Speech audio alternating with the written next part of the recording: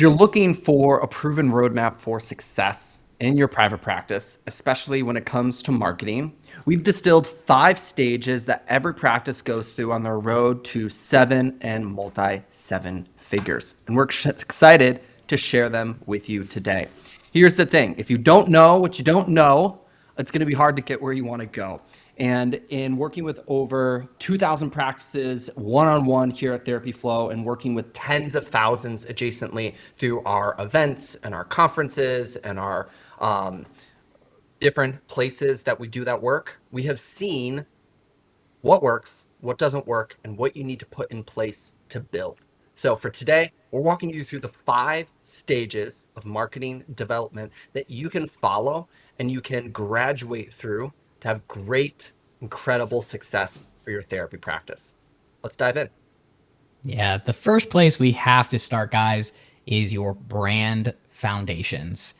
So, your brand foundations is really just the people, the imagery, the presence that you have as a small fledgling private practice. The cool thing about these 5 stages is that they kind of compound, right? And you have to keep coming back to them as you get larger.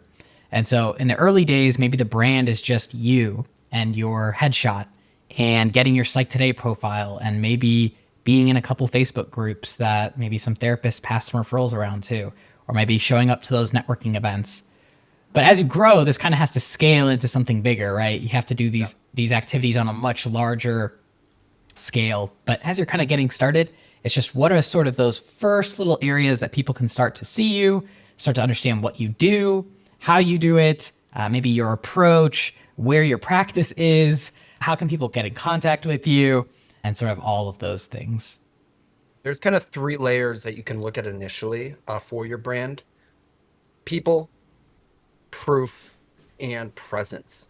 So when we think about that, your proof, just start kind of there, is what results do you get for clients? What proof do you have that you get the results that you're looking for? This is your testimonials, this is your life stories, this is your networking peers recommending you. You build up a great brand by having great proof. Your presence is both your digital presence, your website, your Google My Business, your Psych Today, your organic presence, your signage on your office, right? Is do you have a robust presence in the way that you want? And then people. Therapy is based off of people, who you serve and who's doing the serving. Who you serve and who is doing the serving. And if you don't represent that well, your brand will not be built well. So a lot of clients that we work with at Therapy Flow, they are under investing in one of these 3 categories, if not all 3, when they're trying to build a great brand. And so some are really great at the proof piece or the people piece, but they're really poor at the presence piece, or vice versa. So these are kind of your rabbit holes to build great brand foundations, especially digital marketing foundations, that are important. As we head into stage 2, let's say we have the brand we want, there's firm security there on a foundational level.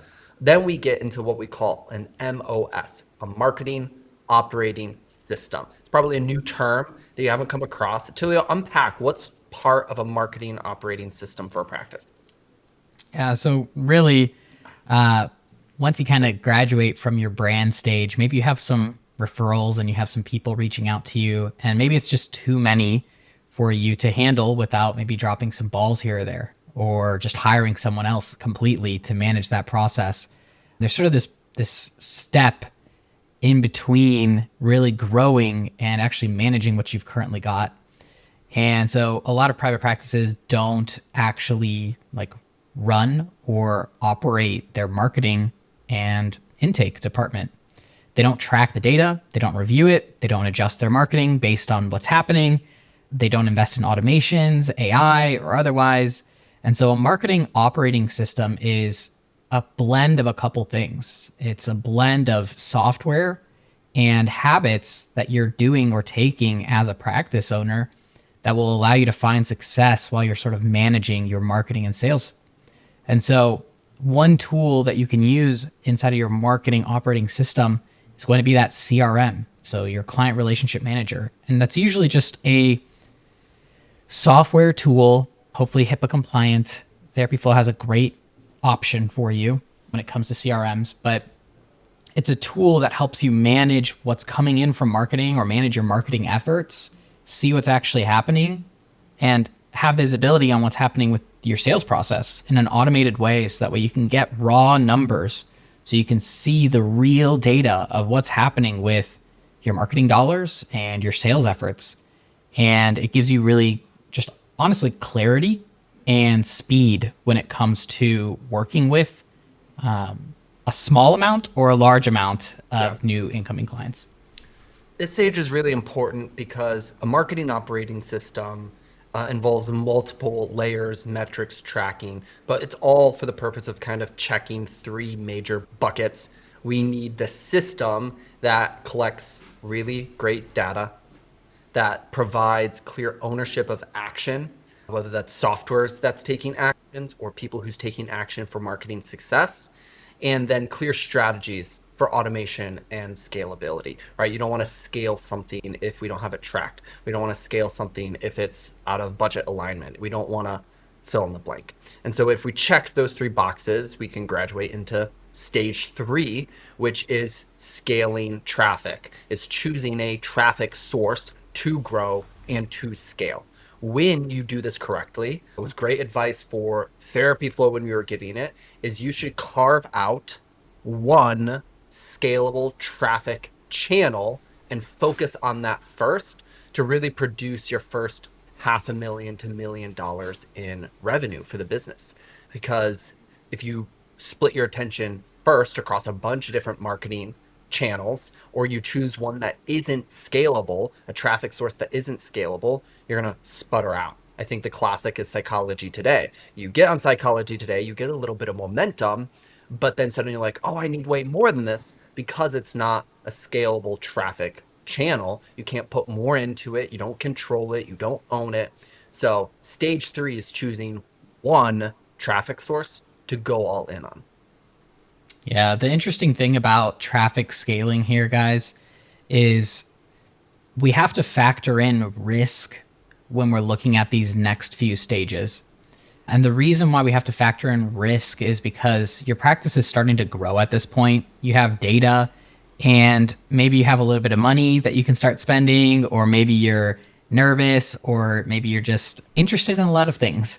And so the cool thing about scaling up a single source of traffic is it is the best way to get risk adjusted returns.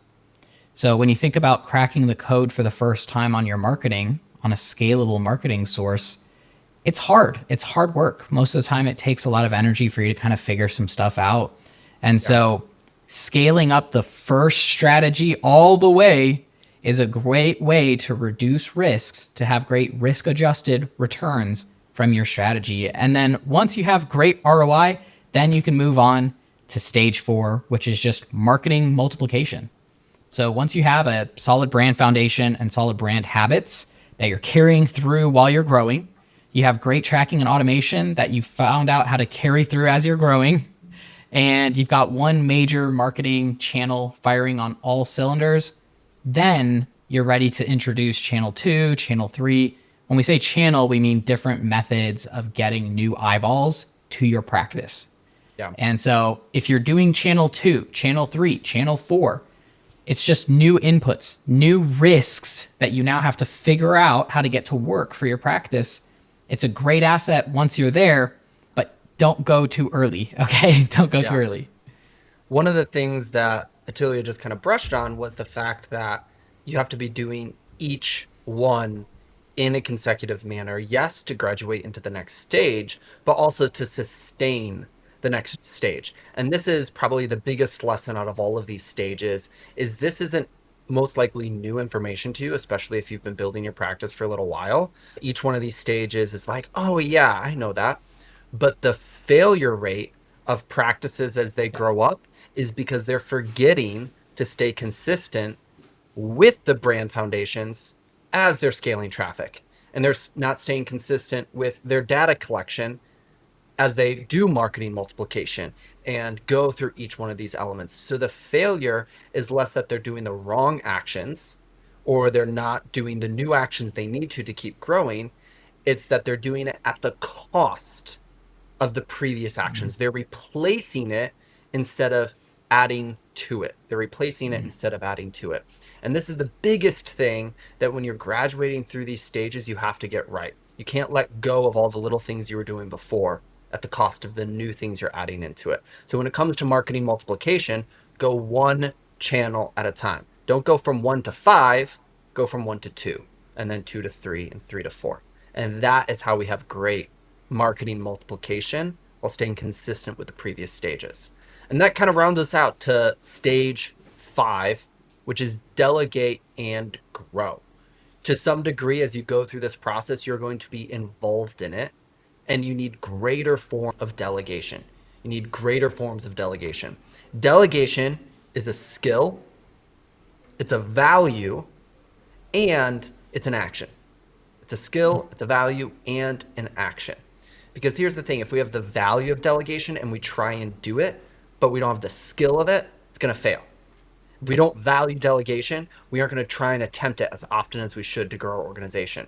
And if we don't have the action, like if we never take the time to actually delegate, we're going to be stuck doing all of this ourselves. And this is why we actually fail at all the previous stages, is because as the stages grow and as we try and do them at scale, we need to be delegating more and more of the little stuff off of our plate at each one of these stages. Yeah. I had a mentor tell me once that the business should do what the business does, and otherwise, if you don't need to be doing it, the business probably shouldn't be doing it. And so delegate it out. I'm talking like graphic design. Are you running a graphic design business? Well, it's probably time to outsource your graphic design, delegate that graphic design. And so find a way to use other people, other professionals and experts in your growth process. This is really hard.